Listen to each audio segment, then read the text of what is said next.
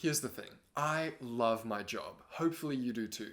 But no one can work forever, and at some stage you'll want to or need to retire. At that point, you'll need to rely on the savings and investments that you've built up over your working career.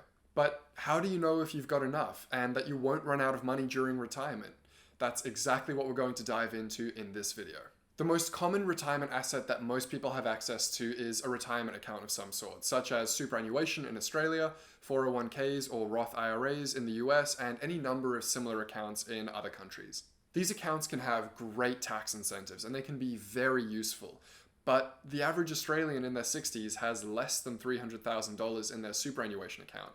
Now, $300,000 is not nearly enough to sustain a few decades of retirement, which means you'll be very reliant on things like pensions, government assistance, or investments outside of superannuation. The other problem with these kind of accounts is that you usually can't access them until you're in your 60s, and I don't know about you, but I don't really want to have to wait that long before I have the option of retiring or accessing my money.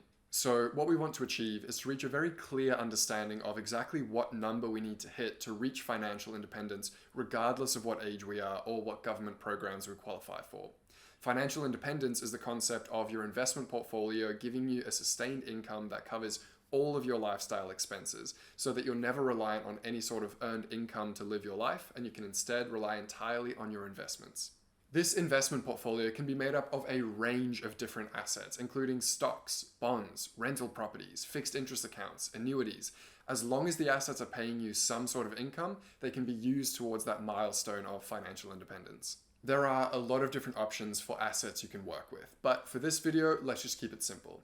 The easiest investment you can make is in a basic exchange-traded index fund, a fund that gives you a small part of a few hundred different companies and more or less matches the overall performance of the entire stock market. Over the long term, including dividend payments, the stock market generally returns about 9 or 10% per year. And if you're investing in the Australian stock market, you can expect on average about 4 to 5% of those returns to be in the form of dividend payments. I like to be slightly more conservative with my numbers and leave some room for reinvestment, so let's just work with 4% for those dividend payments every year. This means that for every $100 we have invested in the stock market, we'll get an average of $4 in passive income every single year. That $100 will also keep growing in the background, so our income will also keep growing slowly over time as well. $4 a year obviously isn't enough to live on, but we can scale it up using the same equation. For every $1 in passive income that we want to have, we need to have $25 invested in the stock market. So, for example, I spend less than $50,000 per year to fund my lifestyle for myself and my wife.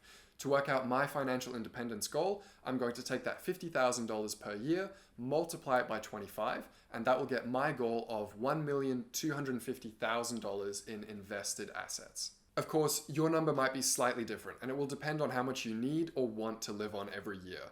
You can work that out in as much or as little detail as you want to. The easiest way is just to base it on how much you're spending every year right now. Alternatively, you might want to work out what your absolute bare bones budget is that you can scrape by on, so that you know what number you need to hit to give yourself a bit of a safety net that will support you in case you suffer some sort of unexpected financial blow. You might also want to work out what it would cost to fund your dream lifestyle, where you get to live in your dream house, you get to take regular vacations, and you get to do the things that you enjoy as often as you want to. Having a few of these different numbers can give you different levels of goals and allow you to measure your progress in multiple stages. For now, let's just use my goal of $1.25 million. Now, this can seem like a really daunting amount of money to build up. As I mentioned earlier, the average Australian has less than $300,000 in their retirement account at the point that they retire. But the good news is, the younger you are, the easier it gets to reach that number. For example, I'm 25 years old. Now, if I wanted to hit $1.25 million by the time I'm 60, so in 35 years' time, I would only need to invest about $550 per month. Now, keep in mind, that's for both me and my wife, so that's only $225 per person per month.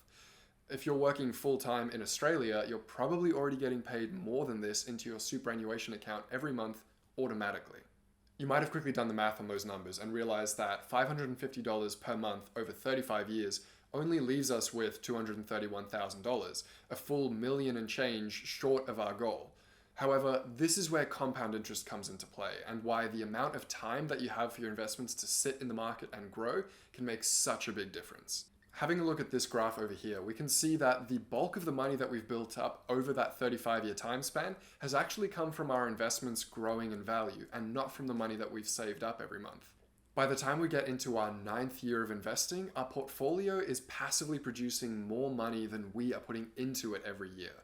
And by the time we get to the 35th year, the stock market has done almost all of the heavy lifting for us. Now, the other thing that you might be thinking is that $1.25 million in 35 years' time is not going to be worth nearly as much as it is today. And you're absolutely correct.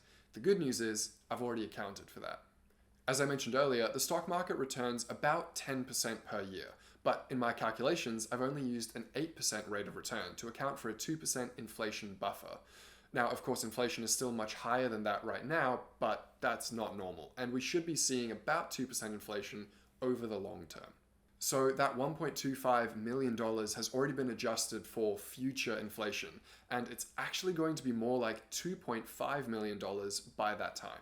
So now that you know exactly how to work out how much you need to have invested in order to reach financial independence regardless of your age, I'd encourage you to hop on a compound interest calculator like the one that I've used, so that you can also work out how much you need to invest every month in order to hit your goal in the time frame that works for you. Play around with different numbers and time frames as well, just to see what's possible. For example, what would it look like if you wanted to retire in the next 10 years? Or what if you wanted to retire on an income that was double or triple what you're living on right now? I like to look at all different sorts of scenarios, even if they may not seem realistic, because it gets me motivated to come up with ways to hit bigger targets than I originally thought I would be able to. Over the last few years, I've reassessed my financial goals many times, as I've achieved more than I thought was possible at first. Hopefully this has been helpful for you, and if you want to learn more about your money and growing your investment portfolio with everything from stocks to real estate, you should stick around. Follow the channel so you can see videos as they come out and stay motivated on your financial journey. I'll see you in the next one.